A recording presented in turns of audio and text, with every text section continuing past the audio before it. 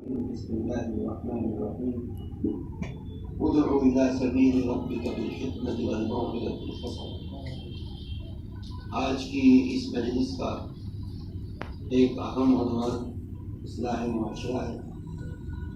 اور جمعیت علماء اپنی تاریخ کے قدیم زمانے سے اصلاح معاشرہ کے سلسلے میں محنت کرتی آئی ہے، اور جتنے ذمہ دار حضرات یہاں بیٹھے ہیں سب اپنے اپنے علاقوں میں ہر سال محنت کرتے ہیں اس سلسلے میں، اور وہ محنت سامنے دکھائی دیتی ہے۔ جہاں پر جس حساب سے، جس طرف کے ساتھ، جس رقم کے ساتھ محنت ہوتی ہے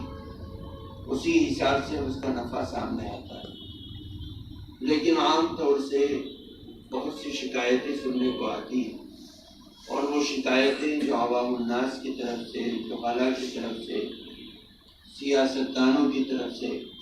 اور علاقے کے ملی ذمہ داروں کی طرف سے جو سامنے آتی ہیں، ان شکایات کو بھی مد نظر رکھنا بہت ضروری ہے۔ مثال کے طور پر بہت سے افراد ہیں جو بڑے بڑے مجموعوں کے اندر عشرۂ اصلاح معاشرہ کو مناتے ہیں، اور بڑے زور و شور کے ساتھ تقریریں اور بیانات ہوتے ہیں، اور ان بیانات کے اندر زور دیا جاتا ہے کہ اس کا لین دین نہ ہو، خرافات نہ ہو، گانا بجانا نہ ہو، فضول خرچیاں نہ ہو، منکرات نہ ہو۔ لیکن افسوس کچھ دنوں کے بعد ہر شخص کے سامنے یہ بات دکھائی دیتی ہے کہ وہی علماء جو زور و شور کے ساتھ تقریر کرنے والے تھے، بیان کرنے والے تھے، ان کے بچے یا بچی کی شادی ہوتی ہے، اور ان شادیوں کے اندر منکرات کا کھلے عام دکھاوا ہوتا ہے۔ یہ چیز ہمارے عمل کو کمزور کر دیتی ہے، اور پھر اگلے سال وہ علماء اس قابل نہیں رہتے کہ وہ عوام الناس کے سامنے منکرات کے سلسلے میں ان کی روک تھام کے لیے کچھ بیان کر سکیں۔ اس لیے سب سے بڑی ذمہ داری ہم سب کے لیے یہ ہے